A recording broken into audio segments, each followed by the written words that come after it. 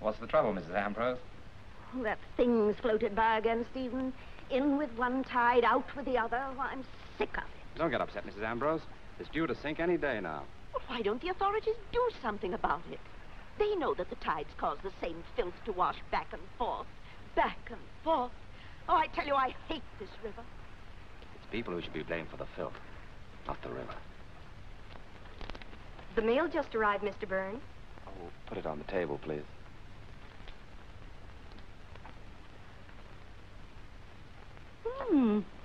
Looks like a manuscript. My manuscripts are like the tide out there. They always come back. Maybe they wouldn't if you took my advice. Spice 'em up. Make 'em racy. That's what the public wants.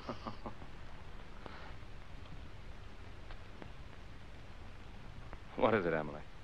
Well, it's just that it's getting awfully late, Mr. Byrne, and the plumber hasn't arrived to fix the downstairs tub. But if he hasn't come by now, he probably isn't coming at all today. Use the upstairs one if you like. Thank you, sir.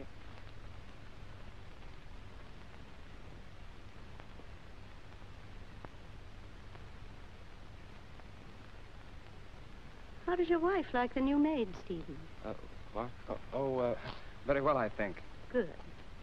Well, where is Marjorie, by the way? I haven't seen her all day. She's spending the day with the Lawlers in the country. Oh, that's nice. Did she say when she'd be back? Only in time to dress for Miss Whittaker's party. Good heavens. Why, I'd better go and finish my gardening so that I can start to get ready. I've still millions of things to do out here.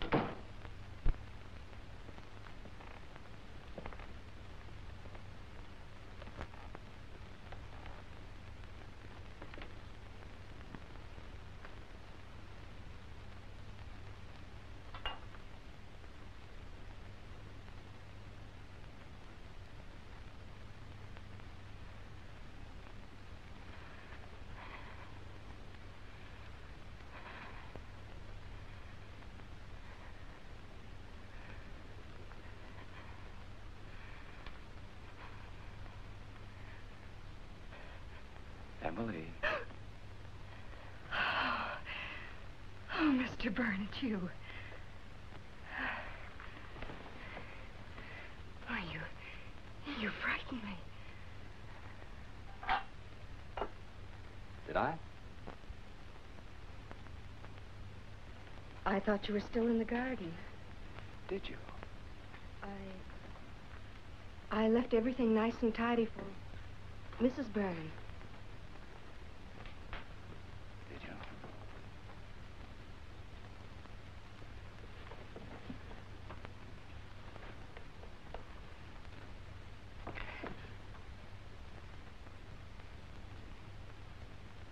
you? Mr. Byrne, please let me by. Of course. Nice perfume you use, Emily.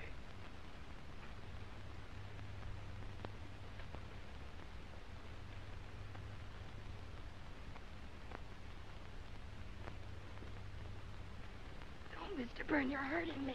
Emily, You've been drinking. Let me go.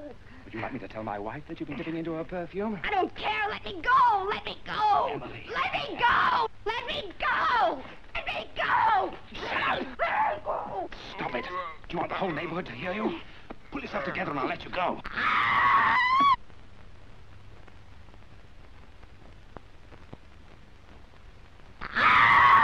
Silly little fool!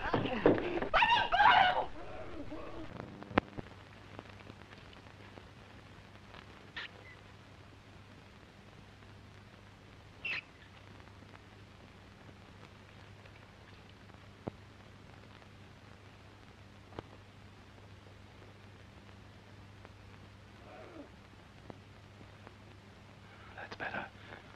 All we needed was to have that old gossip hear us.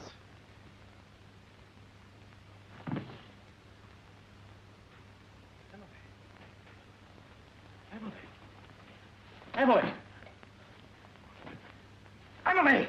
Emily!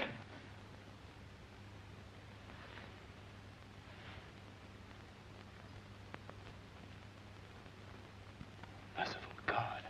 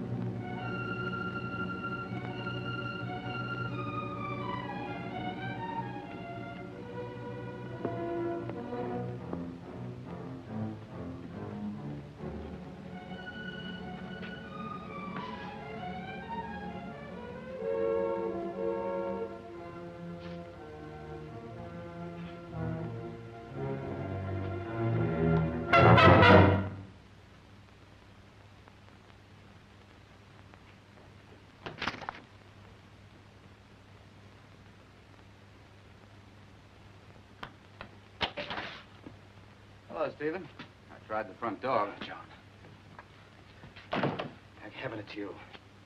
Oh, what's happened? Well, there's been an accident. Marjorie? No, the new maid, Emily. She fell. Look at No, Well, Stephen, what's the matter with you? Have you sent for a doctor? No, there's nothing anybody can do. She fell down the stairs. She hit her head. They'll blame me. Well, why should anybody blame you? Well, because I was playing the fool pretending I was going to kiss her. She got frightened and something happened. I don't know what exactly, but of course they'll blame me. Stephen, stop it. Let me look at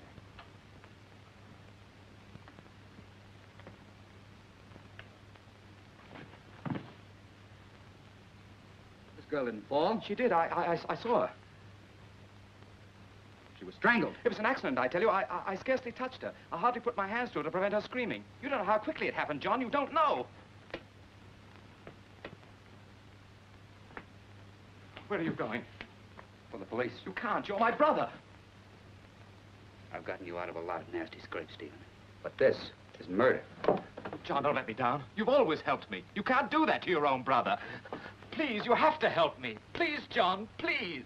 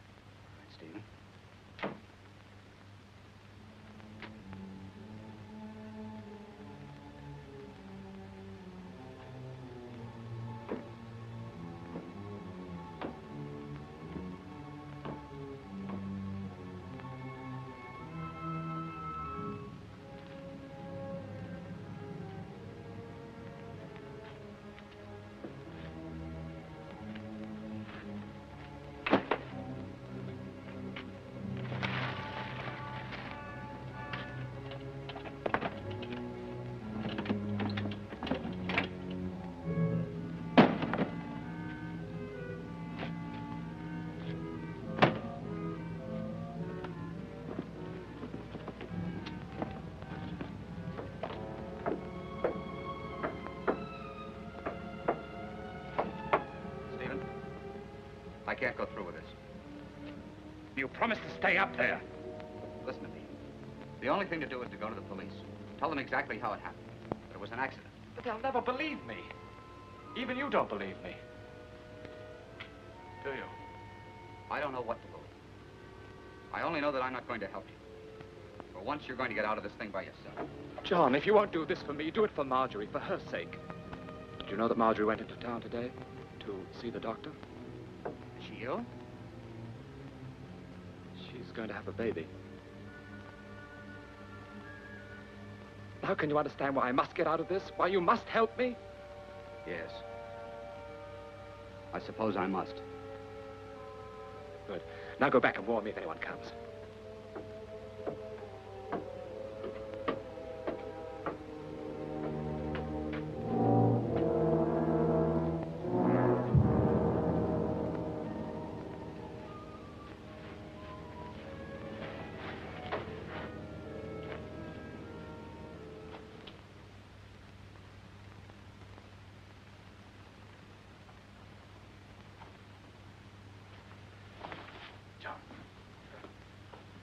Wait a minute.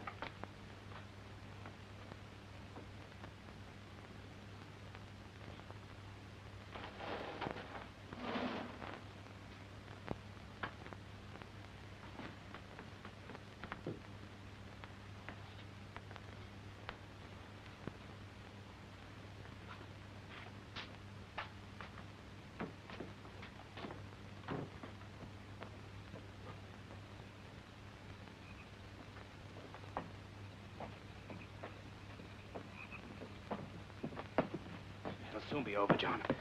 She'll soon be in the river and it'll all be forgotten. Forgotten? Yes, I mean for the time being. We waited and take it way out where it'll stay sunk. Steve. Down. Marjorie, is that you out there? No, it's me, Mrs. Ambrose. Oh, it's you, Steve. Stay down, I'll get rid of them. Marjorie back yet? No, not yet, Mrs. Ambrose. I wanted to ask her what she was going to wear tonight. I thought of my best black. But still, no, it's never very dressy at the Whitakers. Well, she'll be home before long, Mrs. Ambrose. My, she stayed late, didn't she? Well, of course, the Lawlers are always hard to get away from. Maybe she missed her train. I'm not worried. She'll be here soon. Well, ask her to drop in for a moment if she has time, will you, Stephen? Yes, I'll do that. I must go in now. I have to get ready myself. Well, I'll see you at the party then. Until later.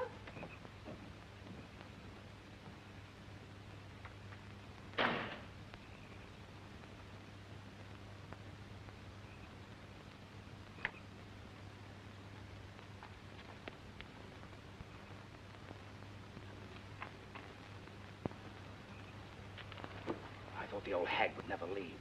I thought you said Marjorie went to the doctor's today. She did. Mrs. Ambrose said she went to the Lawlers. She went both places. The Lawlers live in the country. If she went there, it means she spent the day. I tell you, she went to the doctor's. Now stop quibbling and help. A scandal would ruin all of us. There are more people to be considered than this dead servant girl. You used to refer to her as Emily. John, don't be like that. Can't you understand how I feel? If I could undo what's happened, if I could go back. But I can't. I've got to think of Marjorie and my child. This has been a lesson to me. I know I've been foolish, but I'll change. I swear I will. John, Marjorie will be back any minute. All right, Stephen. All right.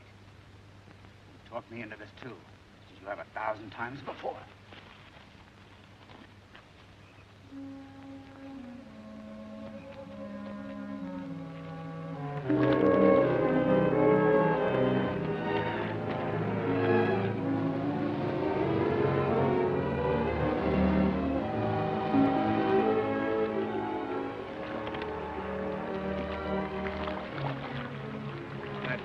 Moon. Don't you think, what, have you tied the anchor to the sack? Yes. Well, this should do it. First the anchor.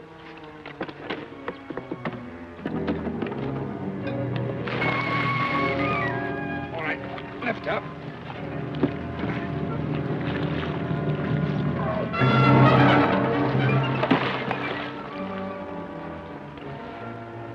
Did you see that? What? Something bright. Something flashed out there in the water. Let's get away from here. I'll drop you off at Reed's Point so Marjorie doesn't see you.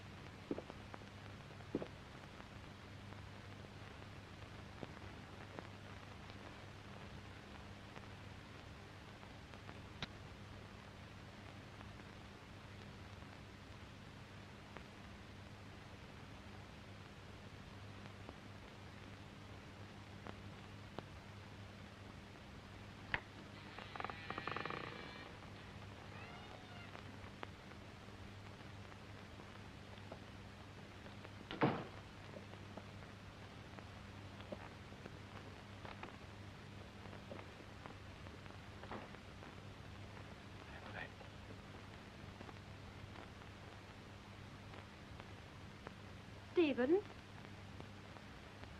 Marjorie. Is that you, Stephen? Yes, Marjorie. You frightened me. Sorry, dear. I couldn't seem to find the light. Where have you been, dear? I, took the boat out. Well, do you know where Emily is? Emily? Yes. She's not in the house, and she promised to help me dress for the party. Oh, she said something about going for a walk. It's not like her. She knows it's Cook's day off, and I'm alone. She probably went off with a young man someplace and forgot the time. I can help you if you like. I could say that you're all thumbs today, but I won't. I'm not only doing my best, but I'm enjoying it. Oh, you're very sweet. Did you do much writing today? No. Why not? Oh, another script came back. I'm sorry, darling. Is that why you went boating? Yes, I suppose so. I should have been with you. Did you miss me? Very much.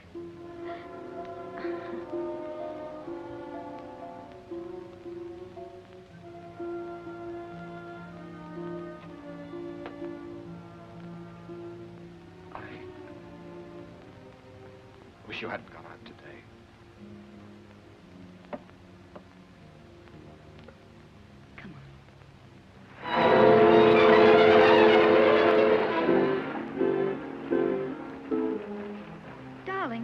What's happened? Oh, what is it? What is it? It's nothing. I have a terrible headache, that's all. Oh, then we'd better stay home tonight. No, I'll be all right. Don't worry. Oh, darling.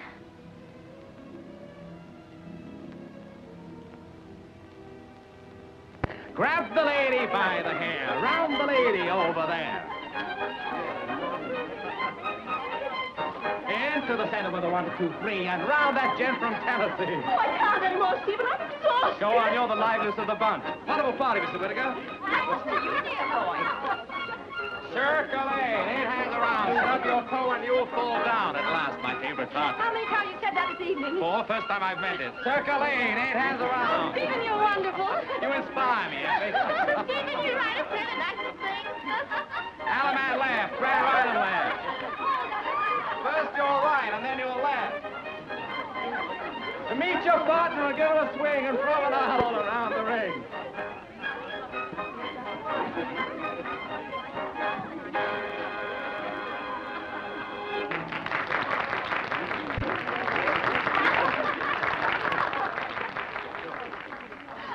Brother of yours is a real devil. A real devil. Oh, Stephen, do you know what'll happen to me if I drink that? Why do you think I'm giving it to you? Stephen, you're the limit. Thanks. Well, John, aren't you going to try the punch?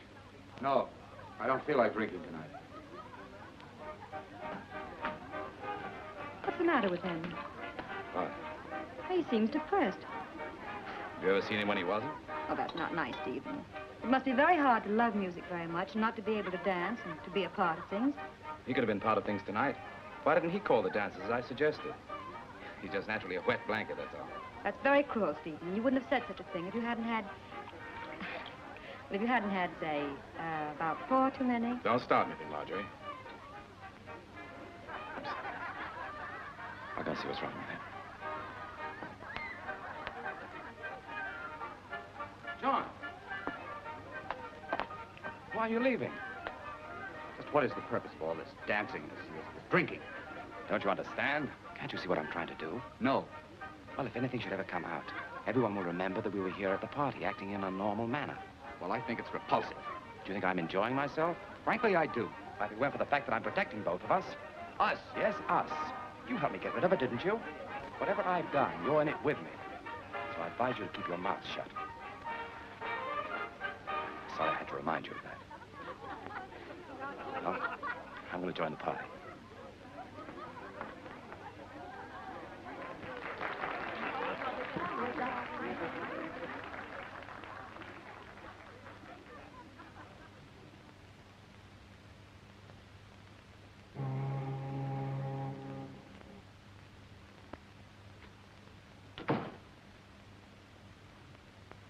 Is that you, Mrs. Byrne? Yes, Mrs. Beach. Oh, you shouldn't have bothered to stay up for us. Oh, Mrs. Byrne, What is it? it's Emily. She's not home yet. She's not. No. When I first got here, I thought maybe you'd sent her on an errand or something. She still isn't home. I'm afraid something's happened. She's probably with her parents. No, Mr. Burns, don't get on with them. Well, she would have told us if she was going to spend the night with them. The thing that puzzles me is that none of her dresses are missing. How do you know that, Mrs. Beach? She showed me her things when she first came to us, Mr. Byrne. She didn't have very much. Well, if none of her dresses are missing, she can't have gone far, naked. Steve! I'm not going to sit up and worry about a promiscuous servant girl who wants to make a night of it someplace. I'm going to bed.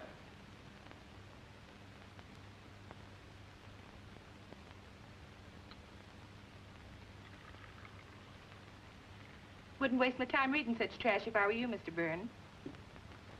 When is the disappearance of a human being considered trash, in your estimation, Miss Bantam? Since I found out what a bad name that Emily Gaunt has given young women like myself in service. Bad name? Yes. That Emily was a proper hussy, gadding about night after night. Young men's followers and heaven knows what all. There's no doubt but that she was out with one of her many sweethearts the night she disappeared, and she went further than she meant. But you make your own bed, you must lie on it. Would you like your eggs now? No, I don't care for any this morning. Now, Mr. Byrne, you haven't eaten proper all week. Miss Bantam, did you know Emily Gaunt? No. But I know them that did. Seems to me you speak with great authority about a person you never knew. Well, Mrs. Beach knew her, didn't she? I happened to be present the day after Emily disappeared when the cook was questioned. She didn't give the impression she believed Emily wasn't a decent girl. Yes, but Miss Beach just happened to overhear Mr. Stephen when Emily's parents came worrying around the other day. Wouldn't you like just one egg? Emily's parents came to see my brother? Yes, and he let him have it, he did. Said he never should have let her work in an honest house in the first place. that she was a thief and a good-for-nothing troll. That's a lie. Good gracious, Mr. Byrne. Don't shout at me. It wasn't me that said it. It was your brother.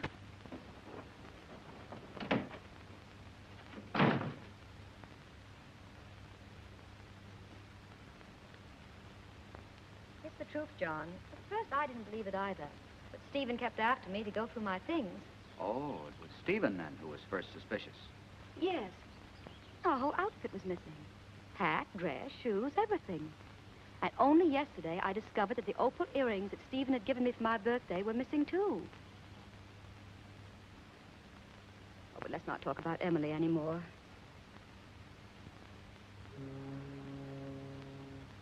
It's Stephen that I'm concerned about. I don't know exactly how to say it. There's such a peculiar look that comes over his face when he's talking about Emily.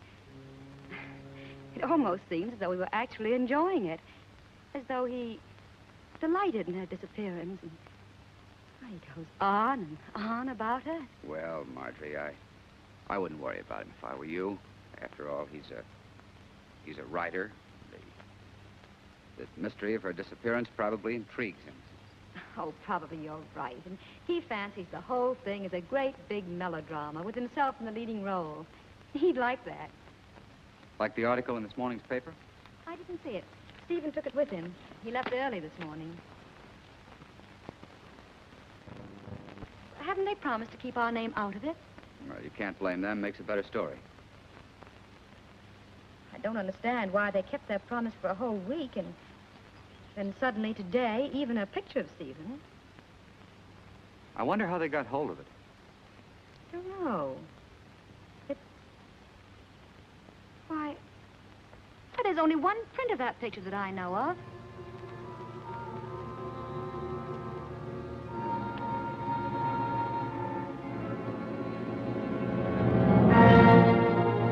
Now, isn't he like a child? He wanted his picture in the paper.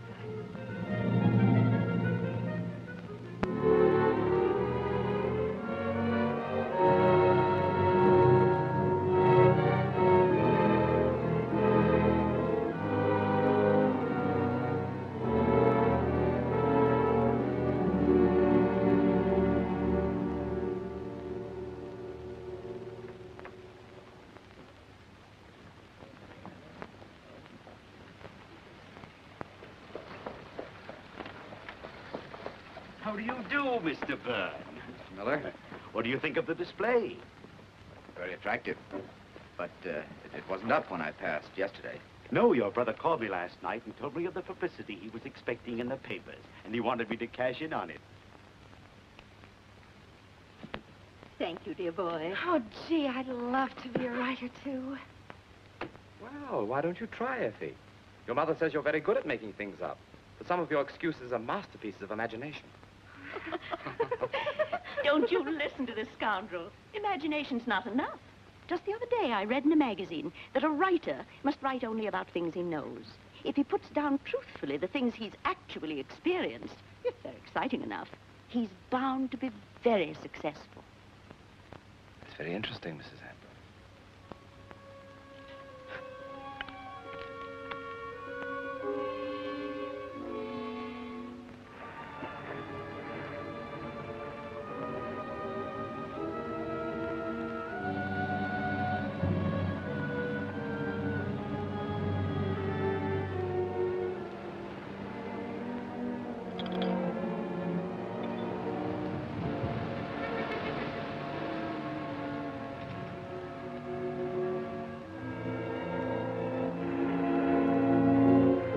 Touch that!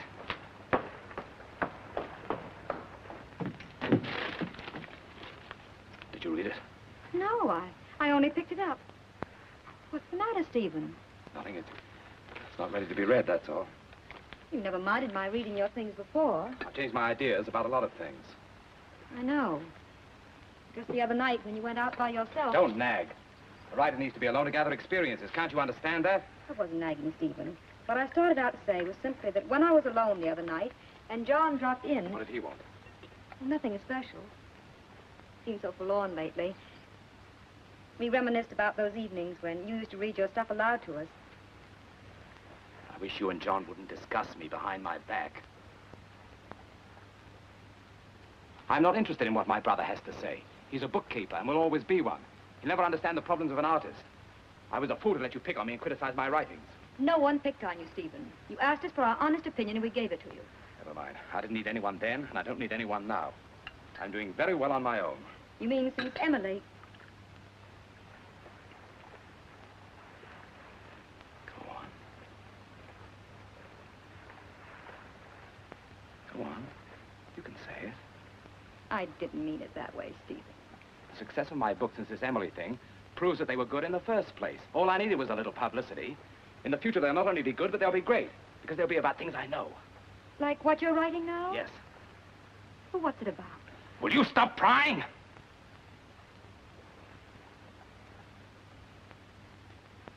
Let's have our tea. I wasn't crying, Stephen. I was only interested. I don't care for any tea. Thank you.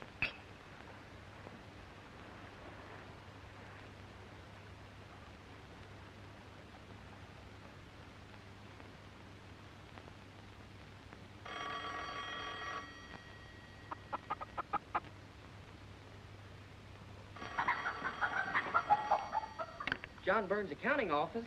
Walter Herbert, office boy speaking. One moment, please. It's your housekeeper. She'd like a word with you, Mr. Byrne. Thank you, Walt.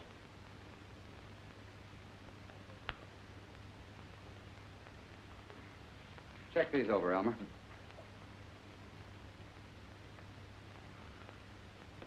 What is it, Miss Bantam? Mr. Byrne, with the cold weather coming on, I told the neighborhood boys to gather some driftwood, save you catching cold like last year. But when I went to get the wood sack, I found that your brother hadn't returned it. I wonder, would you mind stopping there on your way home this evening? When did my brother borrow it, Miss Bantam? Several weeks ago when he was doing the gardening. He sent Emily for it. All right, out. When did you say he borrowed it? Several weeks ago. And even though that Emily isn't with him anymore, you'd think they'd return the sack. After all, your name's on it. My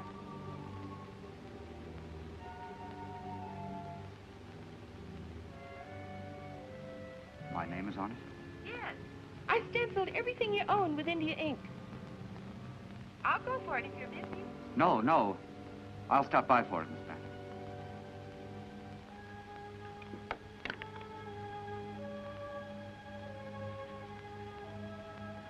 I hate this river. We neighbors really should get up a petition, Stephen. What's the trouble today, Mrs. Ambrose? That horrible thing floated by again. That dead animal. Couldn't be. Must have sunk long ago. No. No, it isn't. Well, it's a sack. Yes, that's what it is. A sack of some kind. Probably filled with rubbish. You see it?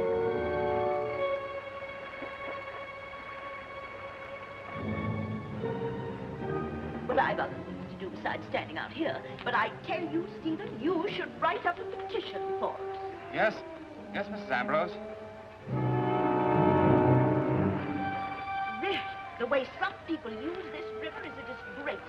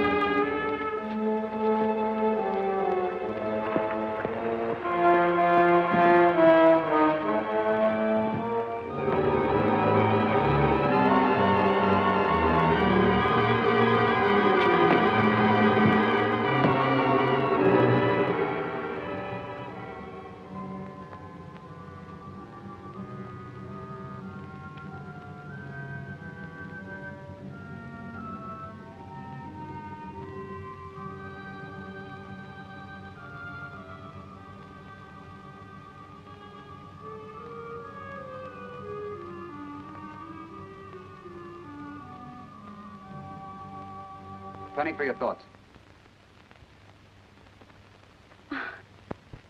Hello, John. Hello, Marjorie. Is Stephen in? No, he's on the river somewhere. He seems to have found an unusual interest there lately. But won't you come in?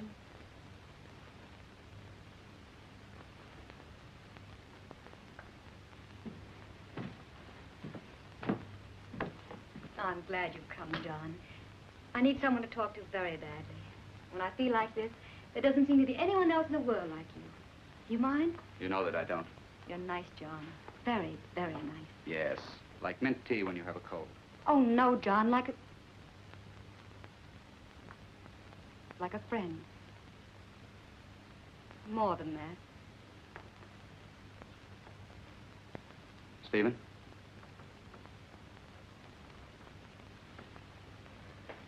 I think you know, John, that I've tried to make a success of my marriage. It hasn't always been, well, exactly perfect. Maybe it was my fault.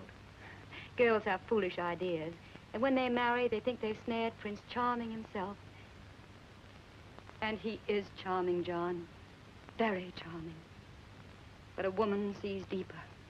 I see things now in Stephen that I never let myself see before. Don't get bitter, Marjorie. Oh, I know the countless things you've done for him. Oh, we couldn't live like this if you hadn't given up most of your share of the inheritance so that he could continue writing. You wanted a career for him, didn't you? Yes, but I didn't want a freak success like this Emily's disappearance has brought on. At first, I thought it was simply childish the way he capitalized on it. There's a limit, and it's become ghoulish. You should have heard him today. Did you quarrel? Yes, I hadn't wanted to tell you that. But I'm beginning to wonder why he ever married me at all. Perhaps it was because he needed you. He told me today that he's never needed anyone. That was just talk. Everybody needs someone. Believe me.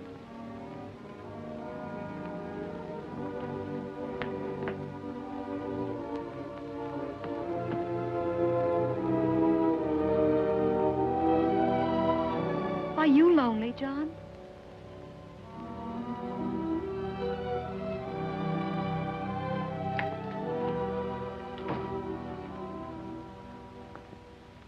Pardon me, Mrs. Byrne, but I thought it was getting dark here. Thank you, Miss Beach.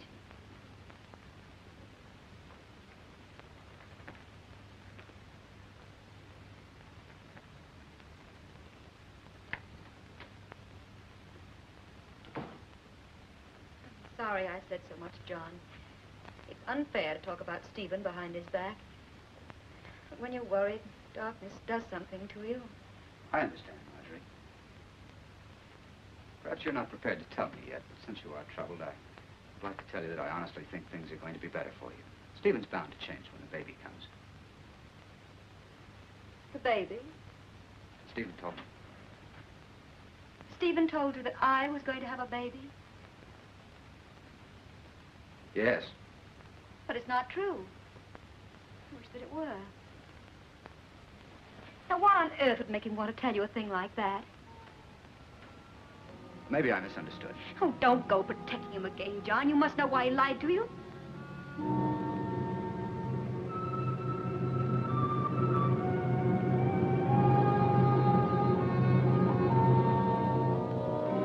I can't discuss it now, Marjorie.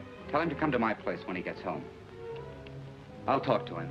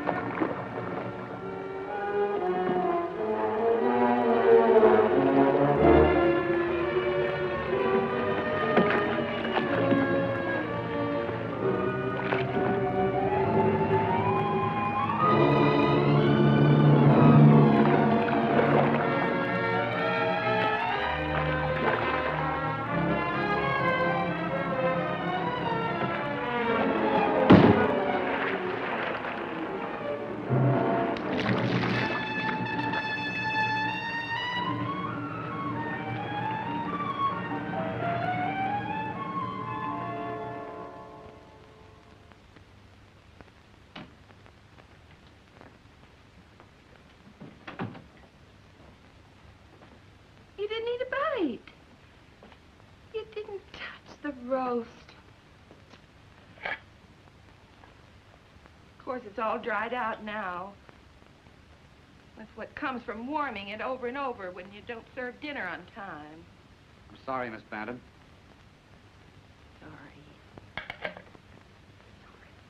Being sorry won't help us spoil dinner.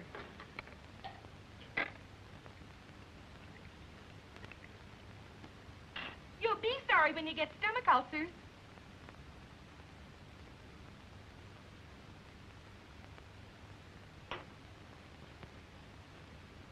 I know it's none of my business, Mr. Byrne, but you've been drinking a good deal lately. I appreciate your interest in me, Miss Bantam, but I must remind you that I'm quite old enough to determine my own drinking capacity. When a man's alone as you are, he should be grateful to have somebody look after him. I'd be grateful to you if you'd stop nagging at me. Why, I never heard of such a thing. Just because I take an interest in you. Well, I don't want you to take an interest in me. I'm quite capable of running my own life. All right. Seems like I can't do anything right anymore. You didn't bring the wood sack. No? But I told you the boys will be here in the morning to gather driftwood. What shall I tell them? I don't care what you tell them. Now, please leave me alone.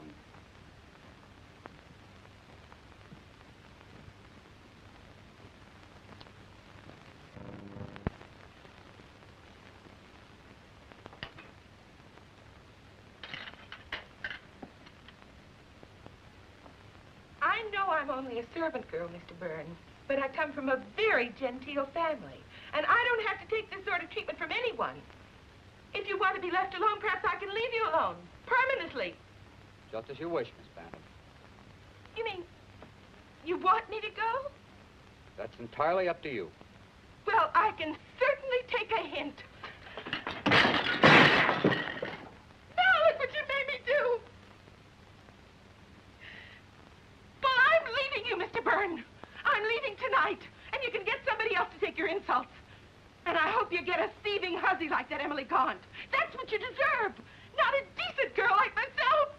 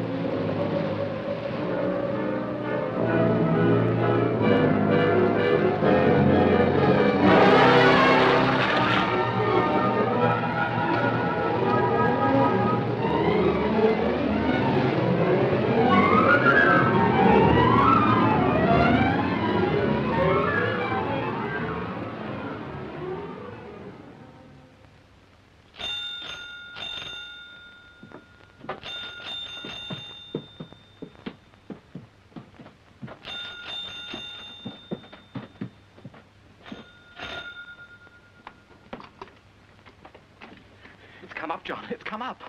What are you talking about? Emily's come back. What? The wood sack. It's come up out of the river. I've been up all night. I chased it for 6 miles, but the tide was too fast and I couldn't find it. I almost had her once, but she got away. It's your fault. Why didn't you tie it securely? I was a fool to trust you. Quiet. It'll be passing up and down the river until they find it. Up and down the river. It'll go on for weeks. The police will find it soon enough. Yes, but they won't know we did it. I mean, there are hundreds of sacks like it. They won't trace it to us, will they? No. Not to us. They'll trace it to me. To you? My name is on it.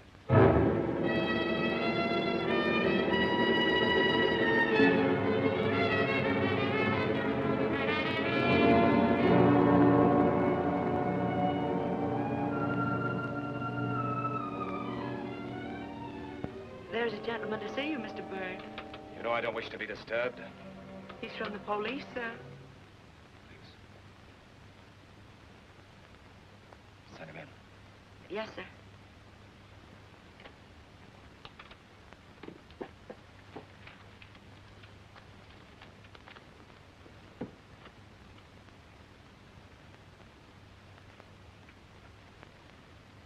Just a moment, please.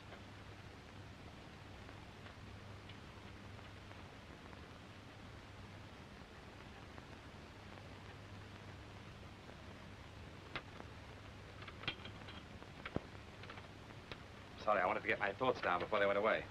I'm Lieutenant Sarton, sir. How do you do? What can I do for you? Well, it's about, this sack. Ever seen it before? I don't know. Sacks look pretty much alike.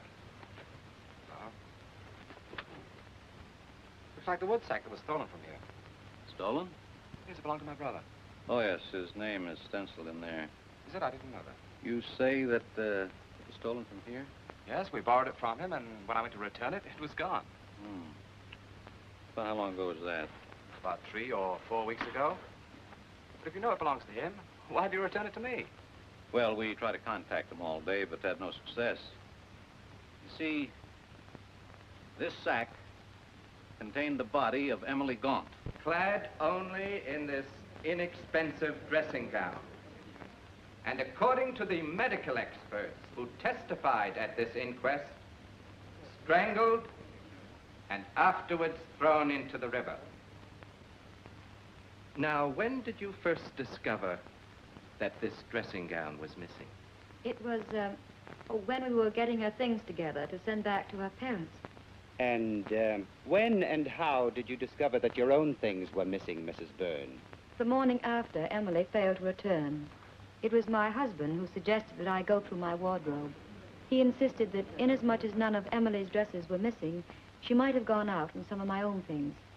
And then we discovered that not only was my lace dress gone, but some of my best lingerie, an evening wrap, and a pair of silver slippers. Was there any other thing of value gone? Yes. Several days later, I found that a pair of opal earrings that my husband had given me for my birthday were missing, too.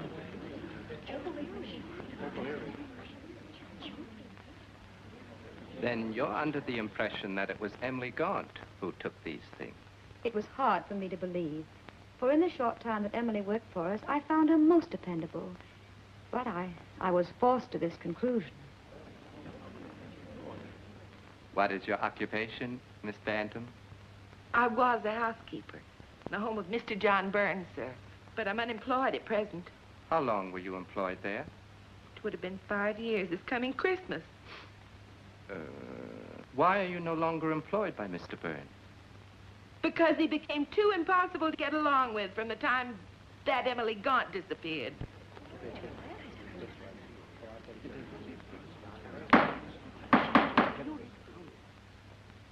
Please explain yourself, Miss Bantam. Well, Mr. Byrne became so irritable I could scarcely speak to him and get a civil answer. In what manner would you say that he had changed? Well, Mr. Coroner, He was in the habit of eating a very hearty breakfast through all years I worked for him. But after that, Emily Gaunt disappeared. In fact, the very morning the story appeared in the newspapers, he scarcely touched a thing. And several times, when I even indicated that the hussy might have got what she deserved, he practically snapped my head off.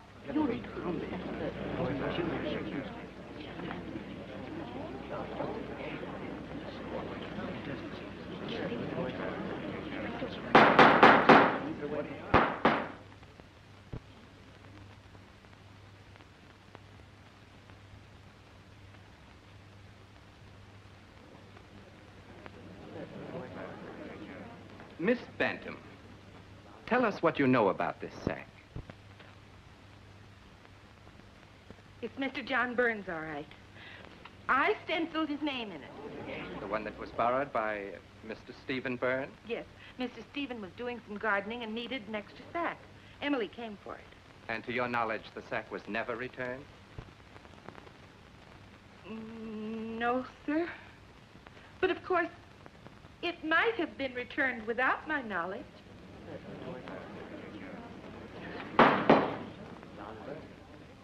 What do you mean by that, Miss Bantam? I mean simply that it's peculiar to me that Mr. John Byrne would have allowed the sack to remain at his brother's for any length of time at all. Please clarify that statement. Well, it was his habit to go out and collect firewood off the river. I should say it's what might be called a hobby. The only sort of hobby possible for a man with his affliction. Oh, I'm so sorry, I shouldn't have said that. Please continue, Miss Bantam. Well, recently, I called in some of the neighborhood boys to gather firewood. But when I went for the sack, I found that Mr. Stephen hadn't returned it yet. So I phoned Mr. John, and he agreed to pick it up. But when he got home, I reminded him that he hadn't. He was quite rude to me. Said he was perfectly capable of running his own household. He raised his voice to such an extent that I was quite nervous and upset. Then he dismissed me. And when did the scene occur between you, Miss Bantam? It was the night before Emily's body was found in the river. You've heard testimony that you borrowed the sack some time ago from your brother. Is that correct? It is. And to your knowledge, it was never returned to your brother. That is correct. Before I could return it, I found that someone had stolen it. And has your brother access to your home? He has. You mean he has a key to your home? No, Mr. Coroner. The back door's always open. Then there was nothing to prevent his coming to your home at a time when you were not there and taking what was rightfully his. No, nothing to prevent it, but in this case, I don't think it's probable. By the way, Mr. Byrne, it may have helped this case if you'd reported that the sack had been stolen from your home. I didn't think the loss of an old sack worth troubling the police about. But why didn't you report the theft of the more valuable things either? The opal earrings, for example. Because I didn't wish to cause Emily's parents further concern. Besides, my wife and I felt that eventually poor Emily would return and the articles would be recovered. Now tell me, Mr. Byrne, when was the last time you used this sack for gathering wood? Some weeks ago. It's hard to say. Oh, could it have been about 3 weeks ago? What you mean is, about the time that Emily Gaunt disappeared? I must ask you not to mind what I mean, Mr. Byrne. Would you say it was 4, perhaps? I couldn't be sure. Then would you say it was near the time that Emily Gaunt disappeared? I couldn't be sure. The collection of firewood, unlike a marriage or a birthday, is not a festive moment in my life. I don't remember. But you do remember the testimony that the sack was stolen from your brother? Will you kindly give an oral answer to the questions asked at this inquest? I do. Does it not strike you as being rather odd that a thief would bother to take an object of such little value? I wouldn't know. Or that a girl, if we concede for a moment that Emily Gaunt took it, do you think she would have taken such a sack with her to some mysterious rendezvous? I'm not here to answer riddles. No, I shouldn't think you were. Mr. Byrne, I will be more direct then. Did you know the deceased Emily Gaunt intimately?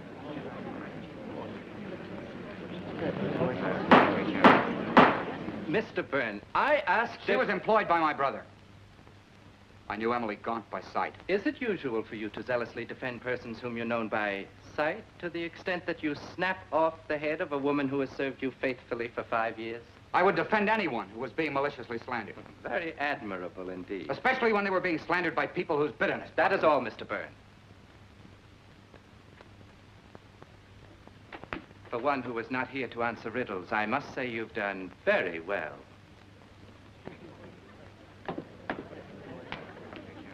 Mr. Coroner, Mr. John Byrne was the last of the witnesses for this inquest. I have a few things I'd like to say, if anyone will let me. If they pertain to this inquest, by all means, Mrs. Ambrose. I can't sit here any longer, listening to all these insinuations against a boy who couldn't possibly harm a fly. It's ridiculous, preposterous. It's downright silly, that's what it is. Mrs. Ambrose, will you kindly control your temper and give us a more coherent reason for your impatience with this inquest? Now, Harry, I'm not trying to take advantage of our friendship, but I've known these Byrne boys since they were lads, and John's only fault is that he works too hard and never thinks evil of anyone. And as for this silly old maid, it's plain as the nose on your face she's in love with him, and imagined heaven knows what about him. And when an old maid's in love, heaven protect the object of her affections if that love goes unrequited. All the devils and all the furies. Oh!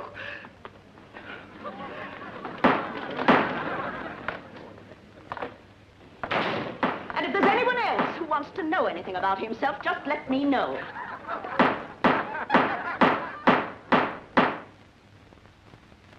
Was there anything else you wished to know, Harry? That will be all, Mrs. Ambrose. And so, in all probability, Emily Gaunt, dressed in her mistress's finery, went off to some secret tryst. Therefore, the conclusion of this inquest is that the girl was murdered by person or persons unknown. Inquest dismissed. Started with Emily, but it might end with me. Here he comes now.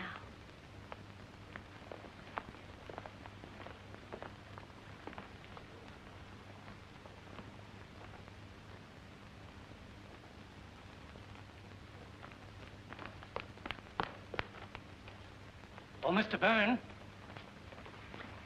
Mr. Byrne. Yes? No, not you, Mr. Stephen Byrne. Me? Yes, they'd like to see you inside a moment. Certainly. You go on. I won't be long.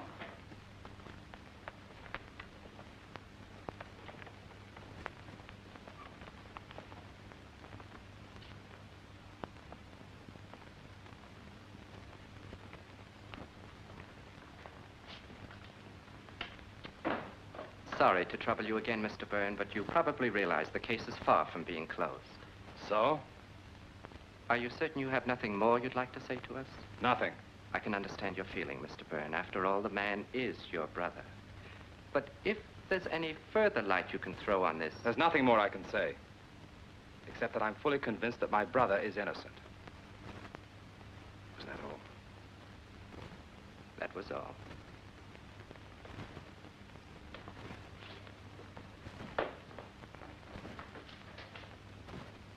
It was foolish to call him back.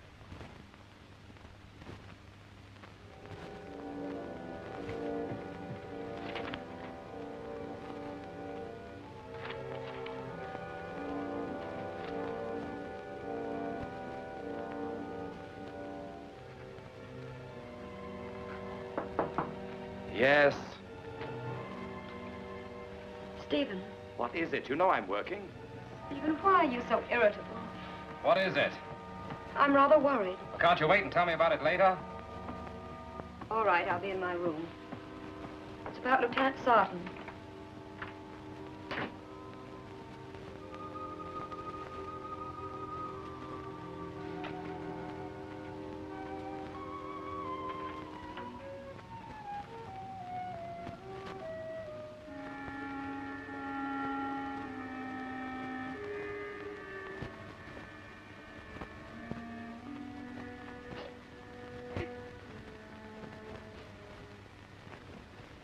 Sorry I snapped at you.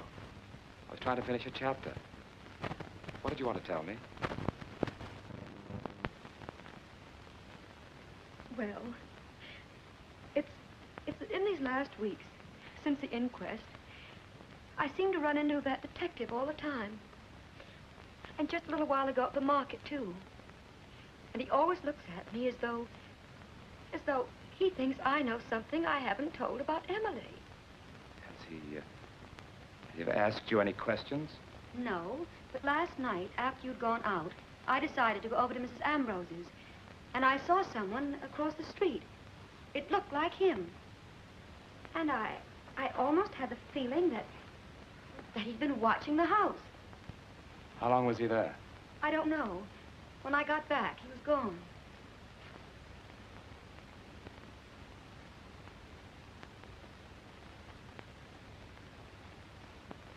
Well, if he has any snooping to do, I should think he'd do it in John's direction. What do you mean, Stephen? You were at the inquest. You know what I mean. No, I don't. Well, if you ask me, he acted so stupidly that he forced everyone to believe that he had something to do with it. Stephen. On top of everything else, he hasn't acted normal since the inquest. He shuns everybody. He won't even talk to me. Well, let's face it. John's a cripple. He knows he hasn't a chance with a girl of our class. It's not hard to believe that he carried on with a servant girl. Stop it. Aside from everything he's done for you, he's your brother. There's a limit to this business of being brothers, Marjorie. Oh, Stephen, you're insane. You're very fond of him, aren't you? You know that. Are you in love with him? How long has this been going on? I don't think I haven't been aware of it. You have a filthy mind.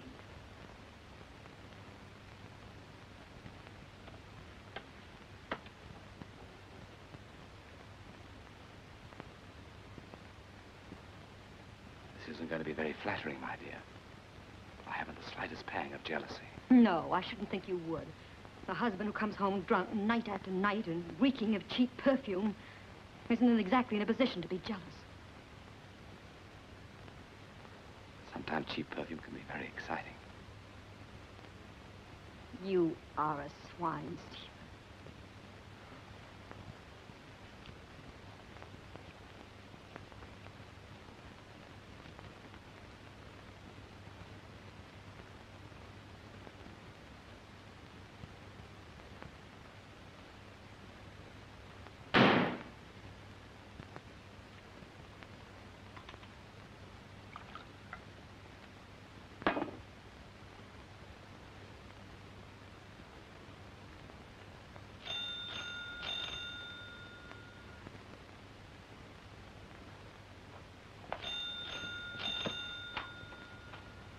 Marjorie! Hello, John? Hello, Marjorie.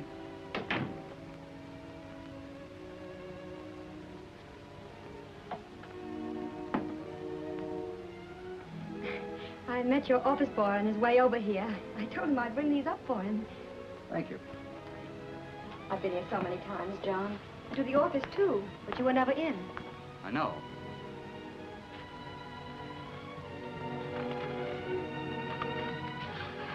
Why have you refused to see me or to answer my calls?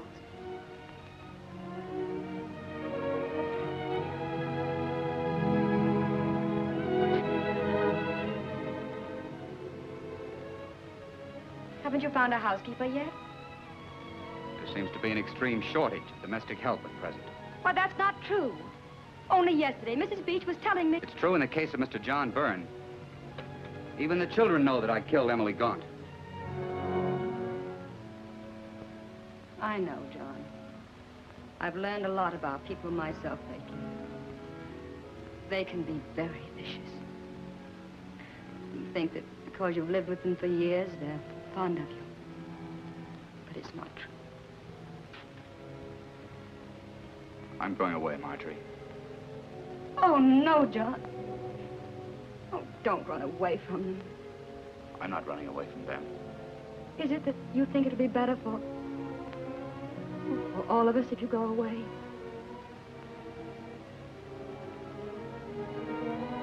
I've got to be sensible.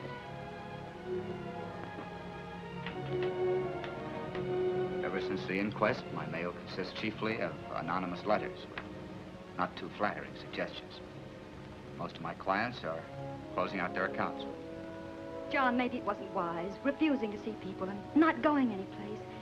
But you still have friends in this town. Let me give a party.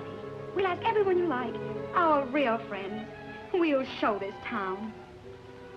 Wouldn't do any good. This town likes its nasty little backstairs gossip.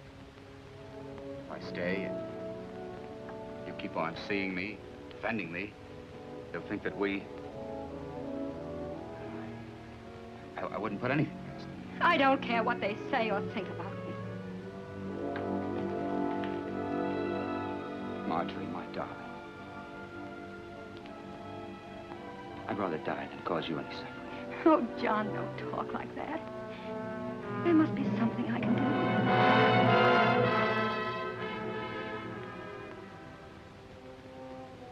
No. The only thing to do is to go away. I've thought it out very clearly. John, then promise me one thing. Before you do anything, before you make any decisions, let me know. I promise.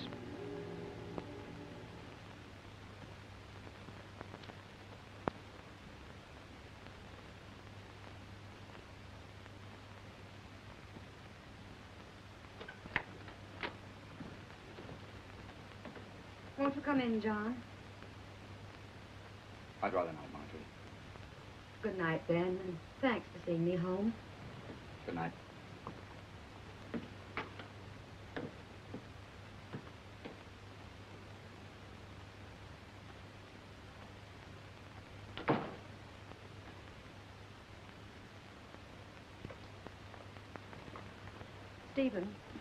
Stephen, it's about John. I'm not interested. Stephen, please, he's desperate. I'm afraid he's going to harm himself in some way. Don't be dramatic. He as much as told me so tonight. He said he'd rather be dead than go on the way things have been going.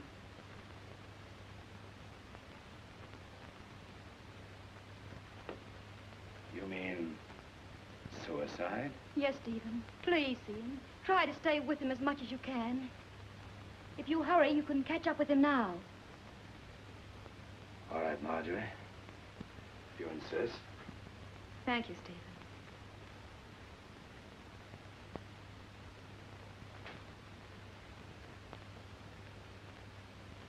Oh, I almost forgot. Mrs. Ambrose was over. She said as long as it's Cook's day off, you should let her know if you want to have supper with her. I'm in no mood for her tonight. I'll have something here.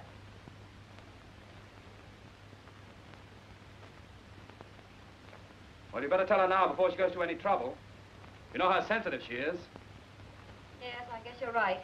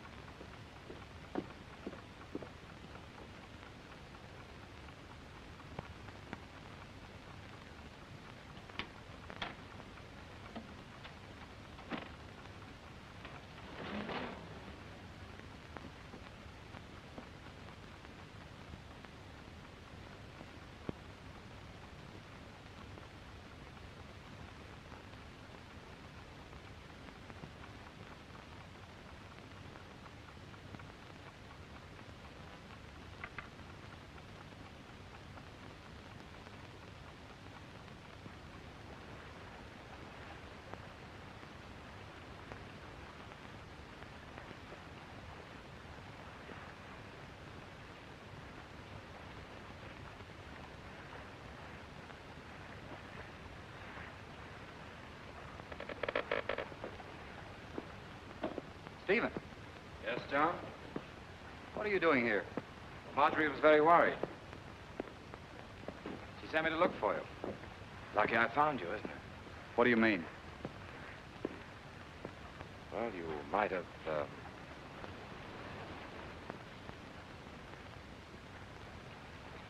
No. Suicide would only convince everyone that they'd been right. I'm glad you realized that.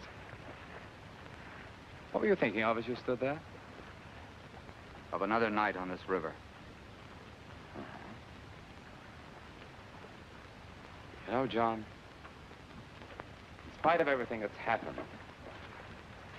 and everything that's going to happen, I want you to know that I've gained something. Gained something? Yes, I was always afraid as a child. I didn't have the courage to do things. I was afraid of people, what they might say or think. Maybe that's why my writing wasn't good. You were right in that. But I'm not afraid anymore, and I've written something good. Because it's real. It took a murder to do that. Doesn't the end justify the means? You must be very, very ill, Stephen. Ill? Yes, sick. Otherwise, you couldn't think as you do. What's happened to you? You know, John, I wish I could really trust you again. But I can't. Am I right?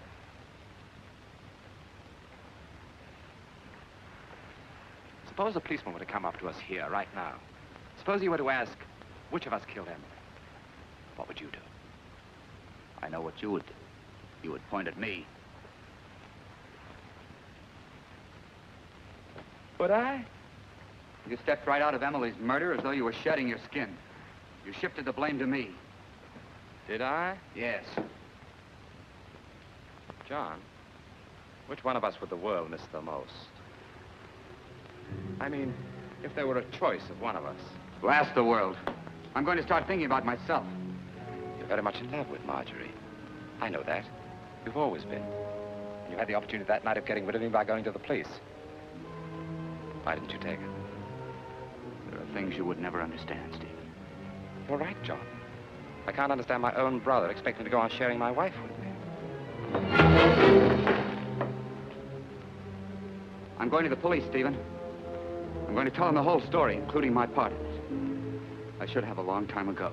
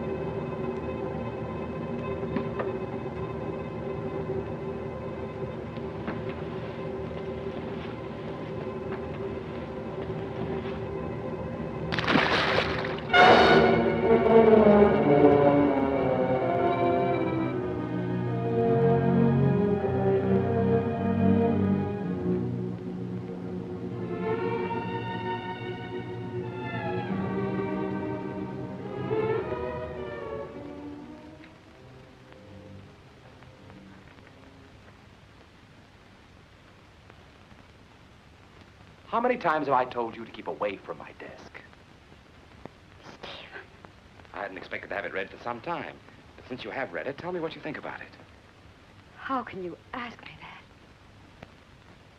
Well, don't you think it's good? Can't you appreciate its quality, quite apart from its content? Not when it says that my husband is a murderer. I thought I disguised it completely. But you read between the lines, didn't you?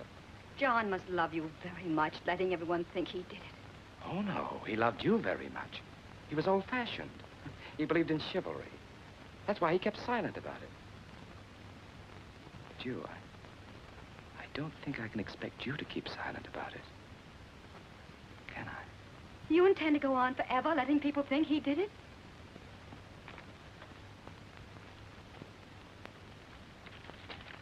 If John disappeared tonight, if something should have happened to him, let's say he drowned himself in the river, that would solve everything, wouldn't it?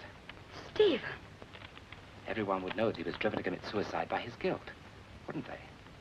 You're forgetting about me. Oh, no.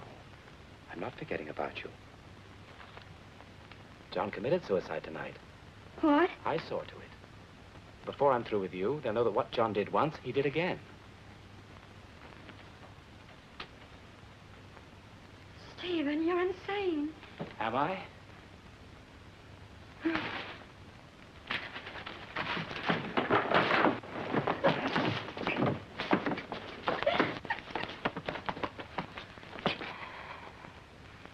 Don't you realize, Marjorie, you're reading the manuscript to solve everything. You know, I met Emily on the stairs. She was coming down from her bath. She'd used your perfume. She looked rather pretty, and I wanted to kiss her. But she got frightened and screamed. I had to stop her screaming. I didn't mean to kill her. I hardly touched her. But I didn't realize how easy it would